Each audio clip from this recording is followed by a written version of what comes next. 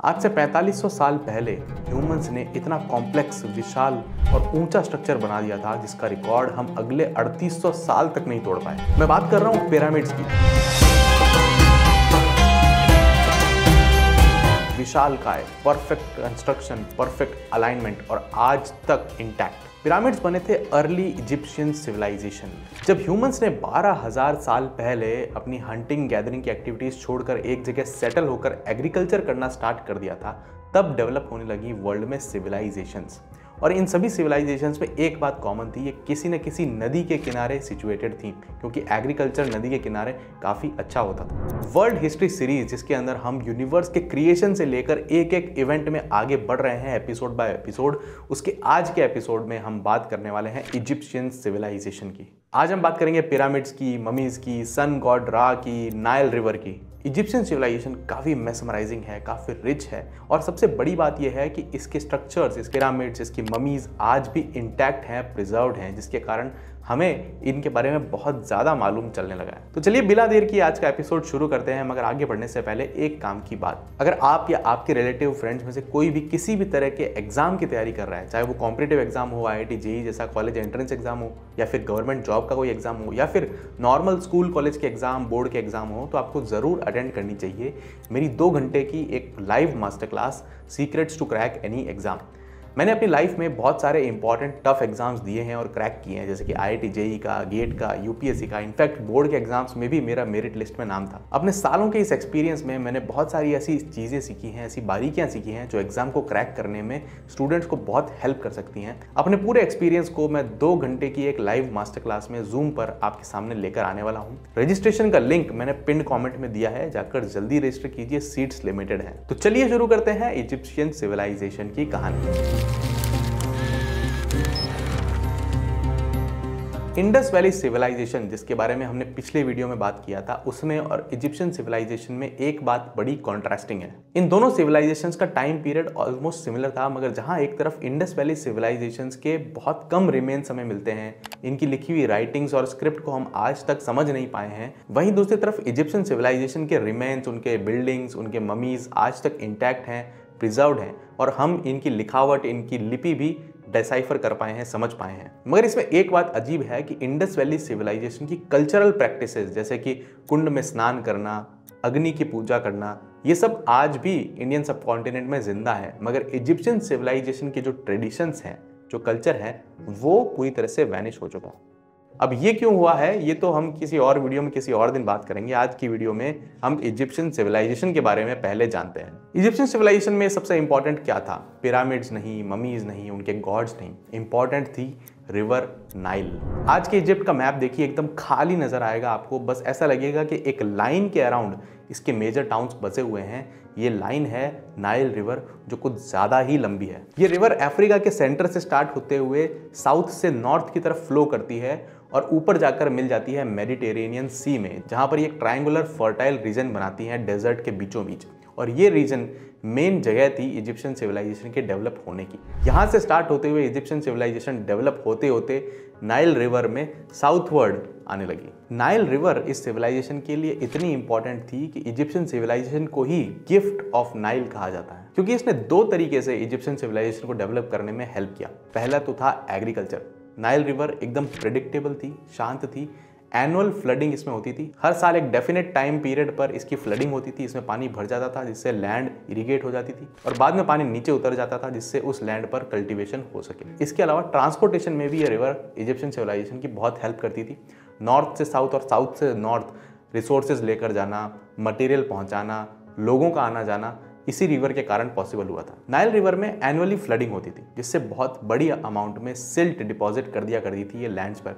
Farming इतनी easy थी कि फार्मर सिर्फ सीड्स को फेंक दिया करते थे लैंड पर और अपने कैटल को छोड़ दिया करते थे। उनके पैरों से बीज दब जाते थे और बहुत अच्छा कल्टीवेशन डेवलप होता था। अच्छे एग्रीकल्चर का मतलब क्या था? सरप्लस फूड और कम काम कर पाना। फूड बहुत ज़्यादा था, करने के लिए बहुत ज़्यादा काम नहीं था। इसी कारण इजिप्शियंस के पास में बहुत सारा टाइम बचा बड़े मेजर प्रोजेक्ट्स लेने के लिए। आप समझ रहे हैं कौन से प्रोजेक्ट्स की मैं बात कर रहा हूँ। इजिप्शियन सिविलाइजेशन में रिसोर्सेज बहुत ज़्यादा थे, बहुत रिच सिविलाइजेशन मानी जाती है। यहाँ पर गोल्ड बहुत ज़्यादा था और इतने अच्छे रिसोर्सेज होने के कारण, इतने अच्छे रिजर्व्स होने के कारण इजिप्शियन सिविलाइजेशन का लाइफ के लिए जो आउटलुक था वो बहुत पॉजिटिव था। उनका मानना था कि लाइफ तो इतनी अच्छी होती है और उसके बाद में जो आफ्टर लाइफ होती है मरने के बाद में वो भी बहुत अच्छी होती है। इसीलिए ये लोग डेड बॉडीज़ को बहुत सारी नई नई अच्छी अच्छी चीज़ें, सोने के गहने, गोल्ड कॉइन्स, नए वस्त्र देकर दफनाते थे, इस आशा में कि इनकी आफ्टर लाइफ में ये चीज़ें इनके काम आएंगी। अब बात करते हैं सिविलाइजेशन की थोड़ी ज्योग्राफी की। ये सिविलाइजेशन एक लकीर की तरह थी और इसके ईस्ट और वेस्ट में अथाह डेजर्ट था जिसको बोलते हैं सहारा डेजर्ट, और इसके ऊपर थी मेडिटेरेनियन सी, और इसी कारण ये तीनों तरफ से प्रोटेक्टेड थी आउटसाइड इन्वेजन से, और इस कारण ये काफ़ी अच्छी तरह फ्लरिश हो रही थी, इसमें ज़्यादा लूटपाट भी नहीं हो पाती थी। तो इससे पहले कि हम सिविलाइजेशन को समझने में और आगे बढ़ें, मैं हिस्ट्री की बहुत इंपॉर्टेंट मगर बहुत बोरिंग चीज़ आप पर फेंकने वाला हूँ, डेट्स। ये डेट्स नहीं, ये डेट्स।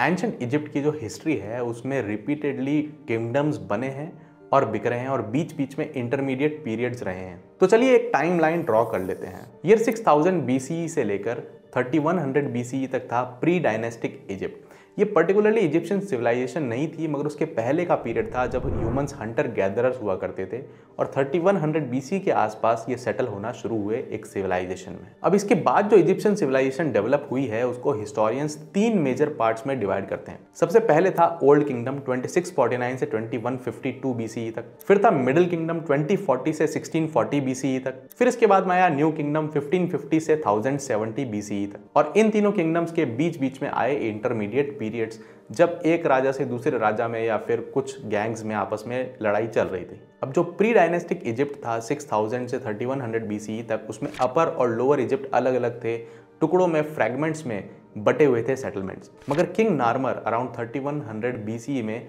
इजिप्शियन सिविलाइजेशन को पहली बार यूनाइट करते हैं। ये यूनिफिकेशन नार्मर पैलेट पर दिखाया जाता है, जिसमें अपर इजिप्ट और लोअर इजिप्ट को यूनाइट करके एक सेंट्रलाइज्ड ओल्ड किंगडम को किंग नार्मर ने एस्टैब्लिश किया। ओल्ड किंगडम जो 2649 से 2152 BCE तक चला उसे एज ऑफ पिरामिड्स भी कहा जाता है, क्योंकि जो भी मेजर पिरामिड्स हैं वो इसी पीरियड में बनाए गए थे। ये इस सिविलाइजेशन का रिचेस्ट पीरियड भी था, और इसमें पिरामिड्स के अलावा एक और इम्पॉर्टेंट चीज थी, वो थे गॉड्स। सबसे इंपॉर्टेंट गॉड थे गॉड ऑफ सन, जिन्हें रा कहा जाता था। इस सिविलाइजेशन में सुप्रीम रूलर हुआ करते थे, उनको बोलते थे फेराओ, और ये सोशल और पॉलिटिकल ऑर्डर का हाईएस्ट पॉइंट थे। ये एक तरह से गॉड ही समझे जाते थे, ऐसा समझा जाता था कि गॉड इनके फॉर्म में हम पर राज कर रहे हैं, और इसी बिलीफ से शायद ये सिविलाइजेशन एकदम इंटीग्रेट रह पाई। उनका मानना था कि स्वयं भगवान आकर हम पर राज कर रहा है तो हम गॉड को डिफाई नहीं कर सकते, उसके अगेंस्ट नहीं जा सकते, चाहे वो कुछ भी बोले। और इसी बिलीफ के कारण कि फेराओ गॉड की तरह होते हैं, ये एक्सपेक्ट किया जाता था कि वो गॉड की तरह बिहेव भी करें, यानी कि वो बेनेवोलेंट हों, काइंड हों, काम हो, कभी भी ज़्यादा गुस्सा ना करें। और ऐसा माना जाता था कि फेराओ डेथ के बाद में खुद गॉड बन जाएंगे, इसलिए उनको प्लीज़ करने की, उनको खुश करने की बहुत कोशिश की जाती थी। जब वो मर जाते थे तो उनके बड़े बड़े पिरामिड्स बनाए जाते थे, जिनके अंदर बहुत सारा धन दफनाया जाता था, उनका ममीफिकेशन किया जाता था, उनको नए नए क्लोथ्स, उनको अच्छे अच्छे रिसोर्सेज, ज्वेल्स दिए जाते थे। ये जो पिरामिड्स हैं ये टोम हुआ करते थे, मकबरे हुआ करते थे इन गॉड्स के या फिर इन फेराउस के। और ये पिरामिड्स जीता जागता उदाहरण है सोसाइटी की इंटीग्रिटी और कंट्रोल ओवर पॉपुलेशन का। सोचिए कितने ज़्यादा तादाद में लेबर वर्कफोर्स इस पिरामिड को बनाने में लगाई गई होगी, और इन सबको एक बिलीफ में इंटीग्रेट करना, अपना पैसा लगाना, अपना टाइम लगाना, अपना लेबर इन्वेस्ट करना, इतनी बड़ी सिविलाइजेशन को कन्विंस करना इस चीज़ के लिए, उसके लिए कितना हायर सोशल ऑर्डर उस समय डेवलप हो चुका होगा।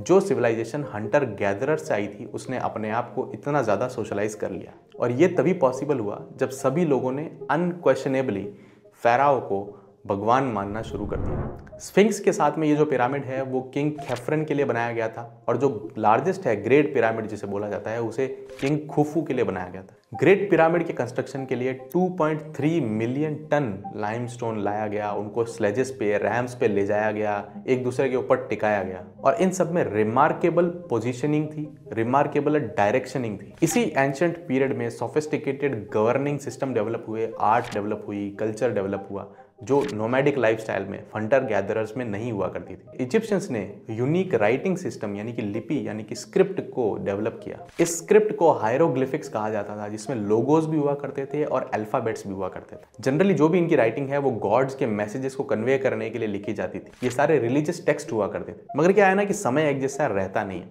धीरे धीरे ओल्ड किंगडम में भी डिस्प्यूट्स होने लगे, कुछ वीक किंग्स आ गए होंगे मे बी, या फिर कुछ एक्सटर्नल अटैक्स हो गए होंगे, तो ओल्ड किंगडम डिसइंटीग्रेट होने लगा और पहला इंटरमीडिएट पीरियड इसमें आया। एक सोशल अनरेस्ट चला लगभग 100-125 साल, जिसके बाद में फिर से एक स्टेबलाइज्ड पीरियड आया जिसे बोला गया मिडिल किंगडम, और ये चला 2040 से 1640 BCE तक। यहाँ फिर से रीयूनिफिकेशन हुआ। इसके फेराउज ने फिर से एक सेंट्रलाइज्ड रूल को एस्टेब्लिश किया, साउथ इजिप्ट और नॉर्थ इजिप्ट को फिर से रीयूनाइट किया। मिडिल किंगडम को लिटरेचर की गोल्डन एज बोला जाता है। बहुत सारे लिटरेरी वर्क्स इस पीरियड में लिखे गए। इसमें ब्लॉक स्टैच्यू नाम के स्कल्पचर्स बहुत पॉपुलर हुए हैं, जिसके अंदर एक आदमी हाथ जोड़कर स्क्वाट करके बैठा है। ये आगे जाकर इजिप्शियन सिविलाइजेशन के कल्चर का एक बहुत इंपॉर्टेंट पार्ट बने। इस मिडिल किंगडम के बाद फिर इजिप्ट में आता है एक 100 साल का इंटरमीडिएट पीरियड, जिसके अंदर केओस था। एक राजा दूसरे राजा आपस में लड़ाई करते या फिर राजा बदलते रहते। इसमें वेस्ट एशिया से हिक्सोस नाम की एक ट्राइब आई, जिसने लोअर इजिप्ट के ऊपर अपना कंट्रोल एस्टेब्लिश किया, और इन्होंने हॉर्स ड्रिवन चैरियट्स को इजिप्शियन सिविलाइजेशन में इंट्रोड्यूस किया। इसके बाद फिर से इजिप्ट का रीयूनिफिकेशन होता है और आता है द न्यू किंगडम 1550 से 1070 BCE तक, और ये इजिप्शियन सिविलाइजेशन के पावर और इन्फ्लुएंस का पीक माना जाता है। न्यू किंगडम के फेराओज ने हिक्सोस नाम की ट्राइब को बाहर निकाल दिया, फिर से वेस्ट एशिया में भेज दिया और अपने एम्पायर को एक्सपैंड किया। बहुत ज़्यादा प्रॉस्पेरिटी आई, रिसोर्सेज में ये इजिप्शियन सिविलाइजेशन रिच हुई इस पीरियड में। इजिप्ट के जो सबसे फेमस फेराओज हैं, फेमस किंग्स हैं, वो इसी पीरियड में थे, जिसमें से एक नाम शायद आपने सुना होगा, तूतनखामुन। तूतनखामुन के मकबरे को, उनकी मम्मी को 1925 में ओपन किया गया था। और इसी न्यू किंगडम का एक इम्पॉर्टेंट एस्पेक्ट था ममीफिकेशन। जितनी भी इम्पॉर्टेंट ममीज हैं वो इसी पीरियड में डेवलप हुई।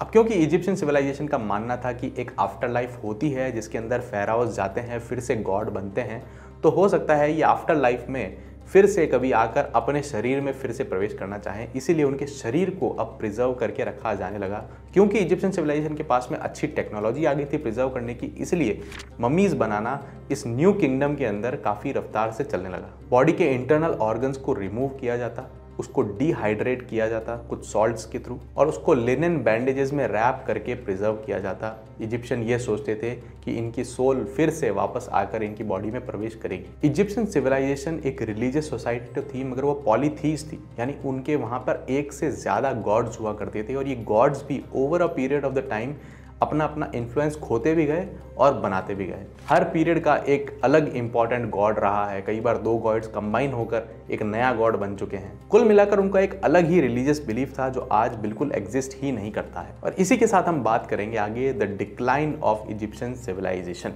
न्यू किंगडम खत्म होने के बाद में इजिप्ट में पॉलिटिकल इंस्टेबिलिटी आ गई, इकोनॉमिक डाउनफॉल आ गया, जिसके कारण उसका डिक्लाइन होना शुरू हुआ। क्योंकि इस टाइम तक वर्ल्ड में बहुत अलग अलग जगहों पर बहुत अलग अलग सिविलाइजेशन डेवलप हो चुकी थी, एक्सप्लोरेशन स्टार्ट हो चुका था, एक्सपांशन स्टार्ट हो चुका था, रोमन एम्पायर डेवलप हो रहा था, क्रिश्चियनिटी डेवलप हो रही थी, और 12th सेंचुरी BCE के बाद में ब्रॉन्ज एज का डिक्लाइन शुरू हुआ, जिसके कारण इजिप्शियन सिविलाइजेशन को बहुत नुकसान हुआ। इसके बाद इजिप्ट को अलग अलग लोगों ने कॉन्कर किया। पहले अलेक्जेंडर आया, फिर रोमन्स आए, फिर क्रिश्चियंस आए, और इन सब के बारे में हम डिटेल में डिस्कस करेंगे, मगर आज की वीडियो में नहीं, अगले किसी एपिसोड में, जब हम अपनी वर्ल्ड हिस्ट्री सीरीज में आगे बढ़ेंगे। फिलहाल आप या आपके कोई भी फ्रेंड्स, रिलेटिव्स अगर किसी भी तरह के एग्जाम की तैयारी कर रहे हैं तो उनको पिन्ड कमेंट में मैंने लिंक दिया है, मेरी मास्टर क्लास जरूर ज्वाइन करवाइए, बहुत फायदा होगा उनको। अगला एपिसोड होगा मेसोपोटामियन सिविलाइजेशन के बारे में, जो मैं यहाँ पर डाल दूंगा। पिछला एपिसोड था इंडस वैली सिविलाइजेशन के बारे में, जो यहाँ जाकर आप देख सकते हैं। मैं चलता हूँ अगले वीडियो की तैयारी करने। Subscribe the channel, keep watching and stay curious.